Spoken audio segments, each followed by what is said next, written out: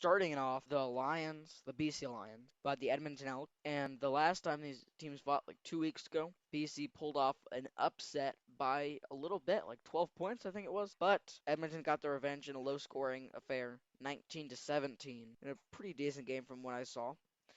And then moving over to the second game, the Stampeders and Alouettes fought for the second week in a row, where Montreal pulled off another win against them, 38-32. And then in the third, Hamilton beat Toronto 24-23. Now there was a ton of wind there, and Toronto's kicker missed a field goal that would have won them the game in the final seconds, and they missed an extra point. That's a tough way to lose. Yeah, I from what I saw, people were very mad with the kicker. And then with the fourth game, that just happened last night, Winnipeg squeaked out a win in overtime against Ottawa 36-34. Yeah. So it So was a little interesting to see Ottawa in overtime, but people forget that Ottawa's been in every game, basically. yeah, so some interesting results here, and I think we can take a moment to look at each of them. So, like you mentioned, the Elks and Lions, they played a rematch.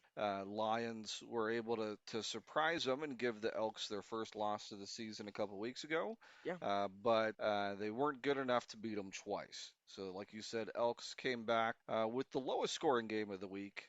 But they did what they needed to get it done, and that's what winning teams do. So I think that's what we're really seeing Edmonton finding different ways to get it done. So I'm just gonna go to the standings real quick. So in the East Division, the Montreal Alouettes lead 5-1. Yeah, after two wins in a row against the Stampeders, they're up to 5-1. That's pretty big. Personally, I would put them as the best team right now. Even if I'm an Edmonton fan, I wanna say Alouettes are better. And then to the second place, the Tiger Cats, Hamilton Tiger Cats at 3-3 are second place. And then the Toronto Argonauts are 2-4, and the Ottawa Red Blacks are 0-6. Yeah, I think we're seeing here that, I mean, obviously Ottawa is just on the wrong side every week, and the Argonauts are just similarly not good enough to get it done, and so they're losing games that they have chances to win, and so almost by default, the Tiger Cats find themselves in second place just Even because. even with the Bo Levi Mitchell injury, the East is just chaos right now. Alouettes are the clear favorite to win it, and they most likely will.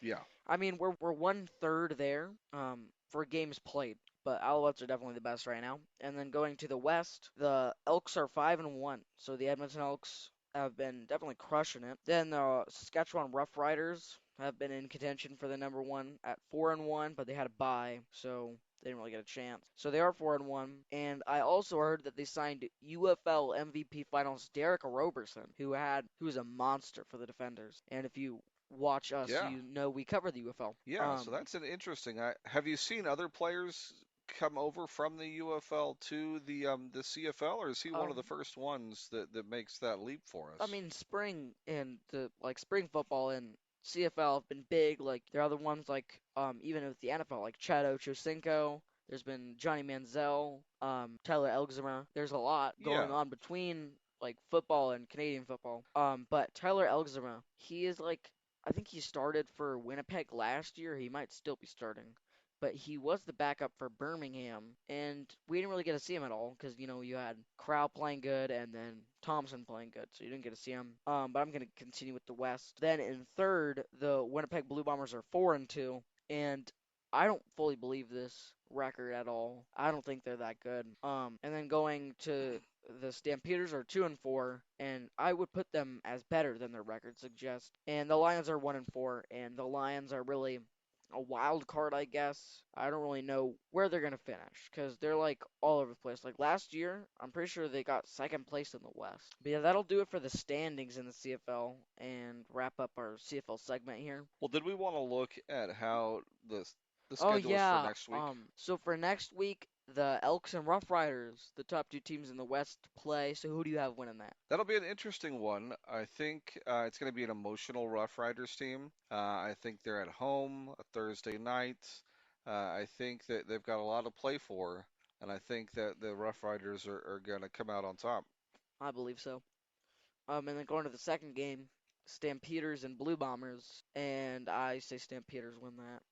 Yeah, so from what you've said, you think the Stampeders are better than their record and the Blue Bombers are worse than their record, kind of Yeah, the is Blue how. Bombers aren't very good. So the wins they've had, you think aren't really a reflection of how good they are. It's kind of just like other teams making mistakes and Yeah. them just kind of falling into it. Okay, all right. I think the Blue Bombers win. All I think right. we'll see. You Lions and can. Argonauts, somebody has to win. Somebody does have to, and I'm gonna give it to Lion. Okay, all right. Argonauts continue their stretch of futility here. And then Tiger Cats and Alouettes. So I think it's obvious who's gonna win that. Yeah, I think Alouettes, and I think that Yeah. further distances themselves from the rest of their division.